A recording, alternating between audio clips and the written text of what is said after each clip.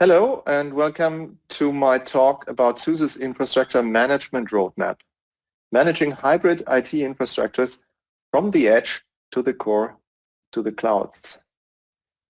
Now, I've done similar talks for the last couple of years, at least back to something like 2015.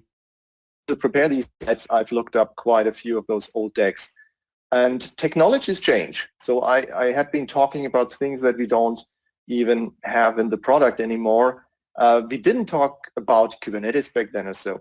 But the one thing that didn't change, the problems that I'm solve with these blueprints, those problems don't change. So this time, basically my idea was to look a bit more into what the guiding principles could be for us as product managers to make sure that we really solve real-life problems for our customers. Not so much on technologies and listing a list of buzzwords and stuff.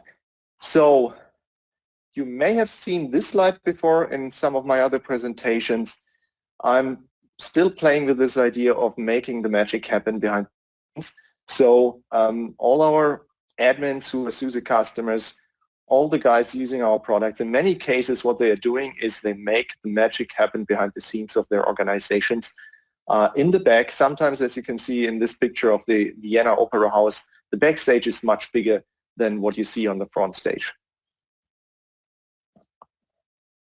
The sad thing is, at the same time, users usually don't really care about IT. So the idea of serverless is a nice idea. It sounds promising to users. Serverless in the sense of, I don't have to buy servers, I don't have to know where that stuff is, I just have an application that should be running, and I don't care why it does and why it works. So in a way, what many customers actually really want, if you ask them, if you read between the lines, is invisible IT. So IT that is almost invisible because it works, because it doesn't go into your way. It's just a layer that is between you and the application and that doesn't break, that's always secure, that's reliable, it's always up to date. That's a big vision. Now, over the last decades, there have been so many attempts to get this right. In the early days idea, there was a lot of centralization. And usually you had no other chance because you had this one big computer, the big mainframe, this one machine in a big room, and the users at the time were just sitting in front of terminals connected to this big machine, and they didn't have to know how to boot it, how to maintain storage, whatever. For them, the computer was invisible. They just had their terminal, they could interact with that terminal. So these were the days of the mainframe. But soon, Clientserver, which had some great features, also brought great problems. Because with Clientserver architectures, you decentralize IT, and that was the first time where we actually needed tools like our SUSE Manager, with all these lifecycle management features, because you had to manage lots of assets, you had to provision them, sometimes build images, manage software packages, configuration, and all that stuff. And not just for one box, but you had server sprawl, lots of servers. Then virtualization, still in that same space, and there was this term of virtual machine sprawl, but virtualization at least reduced the number of physical servers and made it easy to deploy new servers because there were APIs and tools to actually deploy hardware, virtual hardware in that case. And then came the public cloud, re-centralization. Everything goes to other people's large data centers. You don't have to care about things.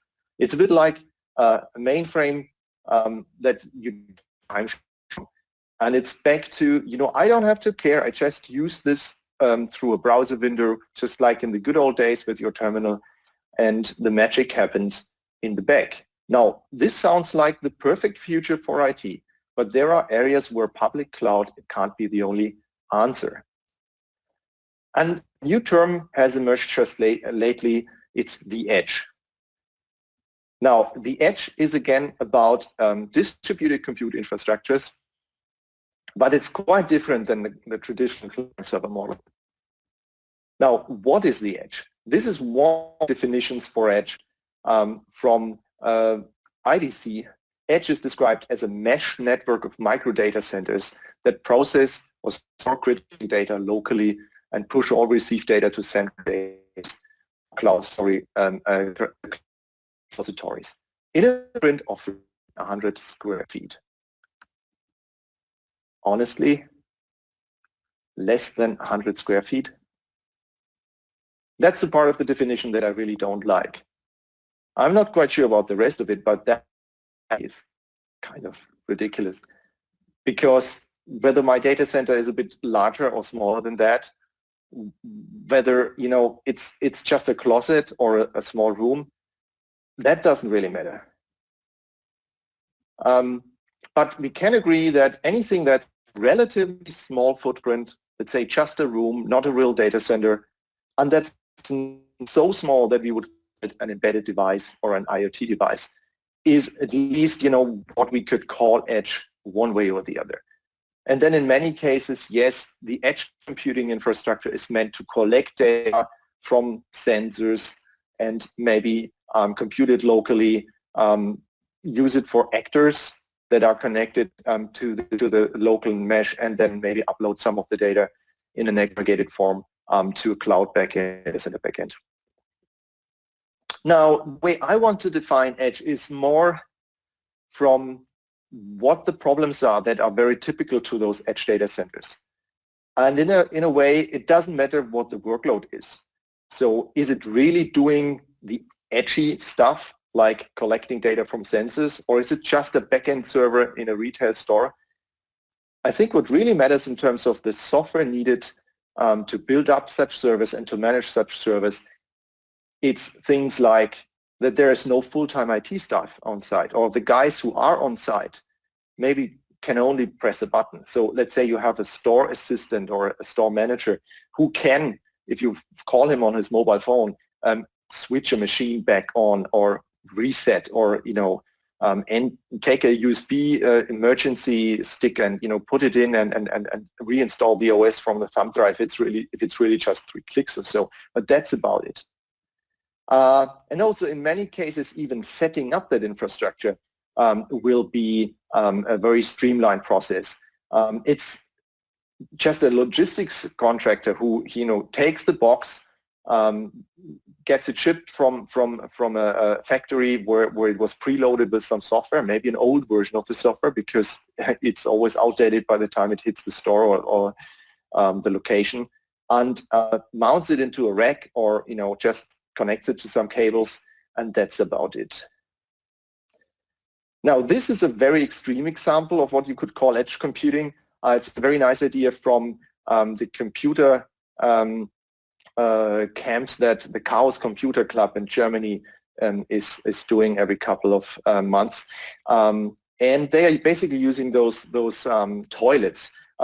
I was told that it's toilets that have never been used as toilets before, so they are really clean. But it's a cool idea because they keep the rain off, and they're using them for any kind of network gear. Their Wi-Fi endpoints, and in the early days, basically also like internet phone booths. So that's an extreme case of edge computing, a makeshift edge computing if you want, but it shows that you have to really have IT that just works out of the box, because you don't want to put too much effort into debugging such a setup. This picture shows a few of the industries that are relevant for that edge segment of the market. And as you can see, it goes from industrial IT, manufacturing automation, all kinds of manufacturing related stuff, to oil and gas, energy utilities, things like smart meters, for example, transportation, down to the car, running a computer in the car. These days, of course, we are talking preparing for self-driving cars, but also just semi-self-driving cars, cars with a lot of in-car infotainment systems and so on. they are heavy on computers these days. Defense, distributed telecommunication and media infrastructures, and of course also university campuses, retail, hospitality, and so on. Yeah. Now, some of the reasons why you would actually compute at the edge are listed here. To bring down latency, because you have your compute and storage closer to the devices.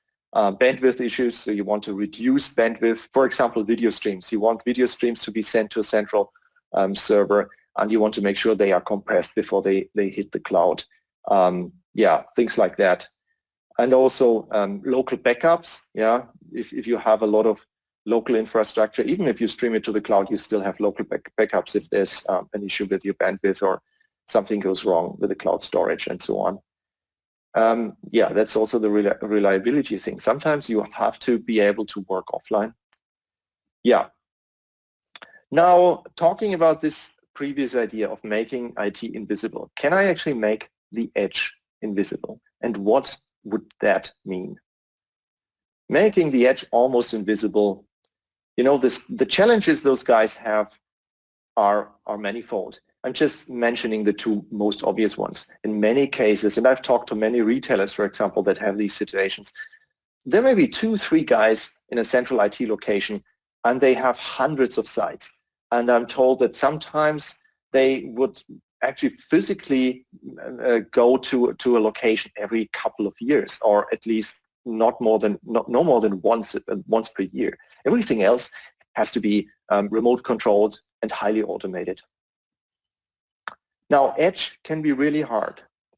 Think of the initial deployment. Initial deployment of edge devices, as I said, in many cases means that the devices are shipped maybe with a pre-installed image that could already be outdated by the time it hits the final location.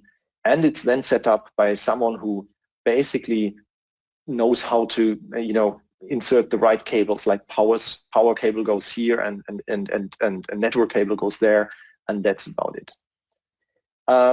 So one of the things that you have to somehow fix or think about is initial trust. What I mean by that is you'll have a device that's plugged into the internet and that should connect to your, in many cases, critical IT infrastructure.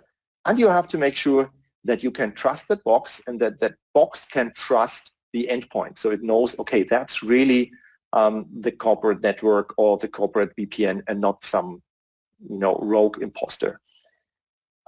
Interestingly enough, if you look at who got this right, at least 2 examples come to my mind, and they are not really from industrial IT or so. It's mobile phones, mobile devices, think Apple iPhones, for example, and it's gaming consoles. The PlayStation is one of the examples, but more so the Microsoft Xbox. Microsoft Xbox, as far as I know, was never hacked. And of course, their main motivation wasn't to make everything so secure for their end users, but to make sure that their digital rights management wasn't hacked. But what Microsoft did really well with these, and they are now also using that in embedded technology, is to make sure that there's something on the chip, you know, some unique ID that no one can change, but that the manufacturer can know upfront, and that you can then use to authenticate these devices. And many of the mobile devices work that way. The smart cards, the SIM cards in the phones, you know, have those unique IDs, those certificates to authenticate against the network, and so on. And that's basically, if you want to do it really well, if you want to make sure you can ship devices to the edge and connect them, you have to also have a solution for this initial trust and have some keys embedded that only the data center admins can really know of, and that can't be faked. Now, once you have established initial trust, yeah, you can now connect to those devices, you can trust them, and you may have enough in the operating system already on there to run configuration, but you now need to configure them to purpose. And in many cases, when you talk about more of an, you know, embedded device style deployment, it's a single purpose device. Let's say it's a piece of network gear we have partners that would have used SUSE technologies for things like deploying a 5G network endpoint on a campus, on a factory site or so. So it's one box doing one thing. But what you may want in many cases, and that's a very attractive approach, is to actually deploy more or less generic hardware that can then be used as a platform. So you have a platform that can run applications, just like your phone can run apps. Yeah, you would have a platform, and deploying new features to that device can be virtualized. The telecom guys call it network function virtualization. Others just call it virtual machines or containers. We'll get to that later. So yeah, finally, once you've done all that, this was just the beginning. You now have a running system, but it's not a static thing. It needs lifecycle management. It needs change management. It needs patching. It needs updating. And finally, monitoring. Because that infrastructure, it may ideally be invisible, but still, if something goes wrong, you have to know where. You have to have a way of getting AI. And AI, as you may know, if you've seen other presentations that I did, to me in this context, in the monitoring context, is actionable insights. It's all about making sure that you get the information that you need and not a lot of noise about things that are fine. Now, this is where containers now enter the stage. I've talked a bit before about, what is the purpose of this device. Is it a single-purpose device, or is it a platform? What you really want, I think, in many cases, is a platform. Now, let me elaborate just quickly on that. Think of a setup, self-driving cars, electric cars. If you look at what Tesla is doing, you can basically go to one of their hyperchargers and get your car recharged. Behind the scenes, there's cloud technology involved that talks to your mobile phone or to your car and to the actual hypercharger. And there may also be payment backends that are running in your more protected data center. If you want to update part of that stack, for example, think COVID-19, you want to make sure authentication can happen without having to press a button or something like that, you may have to really touch a lot of pieces. So we have the cloud piece where your web application backends and all the APIs for your mobile devices are running. You'll have containers deployed there, most likely. Then you have your data center. And again, if those guys who are building that payment application for your hyperchargers and for the charging infrastructures, if they have the say, they would like to have this all on one platform. They want to use containers everywhere. So yes, of course, they will be using containers in the data center as well. And finally, on the hypercharger, containers. And also, why not, if you do the over-the-air update in the car, to add some features to the car so that it correctly authenticates, again, you may update a container. Now, an important question that we've been asked a couple of times is, what if I'm not ready for containers yet? If I have applications that can't run in a container, that are not so-called 12-factor apps? Yeah, well, containers are virtual machines. What if it didn't matter? What if I could have one infrastructure that ran my containers and my virtual machines, and I can use the same tooling, the same orchestration, and that's really what we want to try with our future IT roadmap, from the edge to the core to the cloud. This is just an example architecture. As I said, there are technologies on there like Stratos, and things may change. Like in previous slides, previous years, I may have used other technologies on those slides. But the basic idea here is that this is a unified infrastructure that spans everything from your local infrastructure, your core, and your forward deployed edge infrastructure, to your public cloud resources with one management framework where you can have as many clusters as you want. You can start them in different public clouds, and you use one paradigm, the one paradigm of a container or virtual machine in an exchangeable way, and deploy on these platforms. Now, behind the scenes, what is the secret sauce? There's what we call micro OS, or specifically we are planning under the working title of Edge OS to provide you an OS for those edge scenarios. And this is just a few of the things that we think such an Edge OS needs to come with. It has to be highly scalable and manageable. It should have a really small footprint. Focus on performance, of course. Be safe. In many cases, we'd actually need formal safety certifications for some industries. It should come with long-term support because those devices may be in the market for 10 years, 15 years, whatever. Very secure. In some cases, you'll need real-time, like if you use it in a car, you definitely need real-time capabilities. Yeah, and then finally, the updates.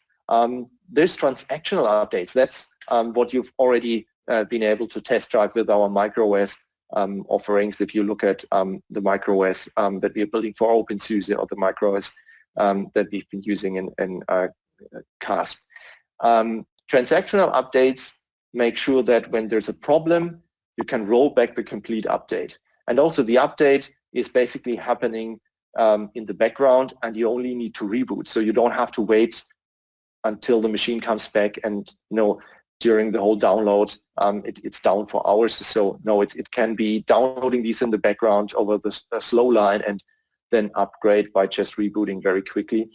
And on top of that, we have our live patching technology that allows you to do smaller patches, just security patches for the kernel, for example, in the live system without having to reboot at all. So that's the OS part.